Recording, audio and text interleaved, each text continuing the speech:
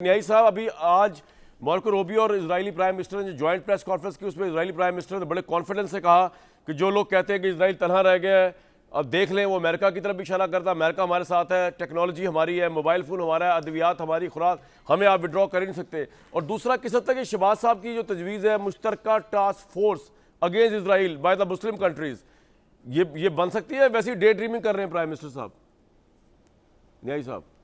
देखिए जी, पहली बात तो कामरान इस वक्त ये एक अमेरिका के अंदर बहुत सीरियस कंसर्न है कि एक मुल्क जो है वो समझते हैं कि जो यूएस से है वो अमेरिका में, और एक मुल्क के भी चंद लोगों के हाथों जो है वो हौसले बना हुआ है। और वो आपने उस वहाँ पे पूरा दोबारा से जो एफसीएन के जो खुदकुशी है और जिस तरह से ब्लैकमेलिंग का जो है कि मोसाद का एजेंट था और उसके पास सारी की सबकी वीडियोज़ हैं और जो इनके करतूत है कारनामे हैं, और वो इसलिए उनको ऑपरेट कर रहे हैं। ये बड़ा ख़तरनाक काम है। दूसरी बात यह है कि बाकी भी एक अरसे से आप ये देख रहे हैं, और ख़ुसूसन जब से ये नेतन्याहू के सियासत शुरू हुई पिछले 30 ईयर से, तब से तो यूएसए बिल्कुल अभी कभी अरब कंट्रीज का इलामिया तो बड़ा डिसअपॉइंटिंग है, इस पे तो बात करें, वो तो कुछ भी नहीं कर सके। अच्छा, मेरा अपना ख्याल है कि वो कोई ऐलान नहीं करेंगे, यकदम मैं आपको मुझे देखे किसी तरह आपको पता चलेगा कि इजराइल पे अटैक हो गया, ये जरूर होगा। ये आप आया ये अच्छा। मेरी सुने थोड़ा, ये शायद नॉट सीरियस होता है या किसी और मुल्क से होता है, और ये इसके बारे में जो भी होगी वो कि ये इन एलामियों में नहीं जिक्र होगा, ना इन कॉन्फ्रेंसेस में होगा। ये इसमें सिर्फ उन्होंने जेस्टर जो दिए हैं, इस तरह के जेस्टर पहली दफा अमेरिका को, जो कि उनकी सारी डिफेंस पॉलिसी बनाता था। ये बड़ी इंटरेस्टिंग बात आपने की कि इजराइल पे अटैक हो सकता है और ये इनमें से कोई करेगा, चाहे इलामिया में ये जिक्र कर रहे हैं कि नहीं कर रहे, आप ये कह रहे हैं। और आप एक बहुत खौफनाक जो है ना उसके ऊपर मोमेंट के ऊपर खड़े, जो कहते हैं कि एक बिल्कुल टिकिंग बॉम्ब है। और ये इसराइल जो है वो भी ज़हनी तौर पे मेंटली तैयार है, क्योंकि हर एक के पास पूरा उसके जैसे इनको पता चल गया था किसी न किसी तरीके से को आपने बड़ी इंटरेस्टिंग बात की है। इन्होंने बचा लिया हमास के लीडरशिप को। देखे ना, ये ऐसी तो नहीं था कि इंफॉर्मेशन के बगैर बचा लिया, कहानियां 100 होती रहे, लेकिन इन्होंने वहां से रिमूव कर लिए, ठीक है, सारे के सारे, और कैसे बाल सारे बात किया। तो इस वक्त आप 2-3-4 हफ्ते में डेफिनेटली आप देखेंगे कि एकदम आपको खबर मिलेगी कि ये हो गया है। सर, आपका पॉइंट आ गया, बड़ा इंपॉर्टेंट पॉइंट आपने बोला है। मैं इसमें जरा भट्टी साहब, एक तो इलामिया जो है इस्लामिक कंट्रीज का, आप किस पे क्या राय है?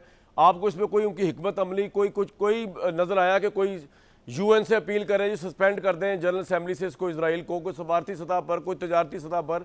लेकिन साथ न्याई साहब ये भी फरमा रहे हैं कि शायद हमला हो जाए 3-4 हफ्ते में इसराइल की तरफ से, और वो इलामिया में नजर नहीं आ रहा। ये मुस्लिम कंट्रीज में सख्त है कि ये इस तरह का हमला कर दें कि ये सामने नजर भी ना आए। और आखिरी बात कि शहबाज शरीफ साहब मुश्तरका टास्क फोर्स की बात कर रहे हैं, ये तो बहुत बड़ी बात है जो प्राइम मिनिस्टर ऑफ पाकिस्तान कर रहे हैं। पहली बात मेरे भाई, बताया जा रहा है कि बड़ा अहम इजलास था, खेत मिट्टी अहम इजलास था, 25 नुकात थे, खेत मिट्टी 25 नुकात हैं, ग्रेटर इसराइली एजेंडा ख़तरा है। अच्छा, हमें तो पता ही नहीं था भाई ये ख़तरा है। अच्छा, इसराइल आलमी अमन के लिए ख़तरा है। बहुत शुक्रिया भाई, आप सारों का इकट्ठे होकर आपने बता दिया। हमने तो सोचा कि इसराइल आलमी अमन कायम कर रहा है। अक़वाम मुत्तहिदा ने गज़ा में इसराइली कार्रवाई को नस्लकुशी मान लिया है, तो फिर आगे क्या है? आगे तो लंबी चुप है ना। अक़वाम मुत्तहिदा में इसराइली रुकनीत मुअत्तल करवाने की कोशिश, और भाई अपनी रुकनीतें ज़रा कायम रखो, कहीं आपकी अपनी रुकनीतें ना फारग हो जाएं।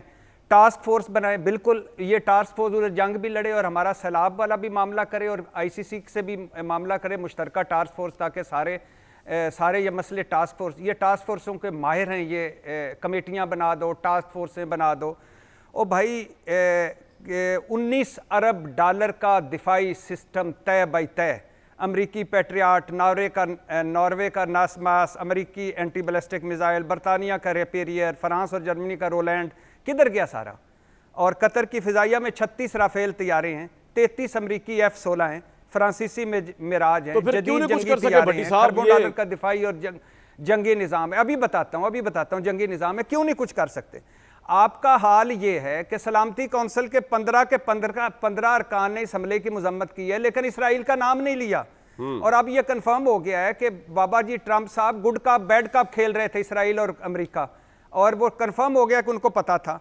ट्रंप साहब जब कतर आए थे, $96 अरब के 160 बोइंग तैयारे आपने खरीद लिए, $36 अरब के दिफाई मुआहदे, $243 अरब के दीगर मुआहदे, और $400 मिलियन का जहाज तोहफे में दिया था। 1,13 अरब 2 करोड़ 60 लाख हमारी गरीबों की करेंसी में।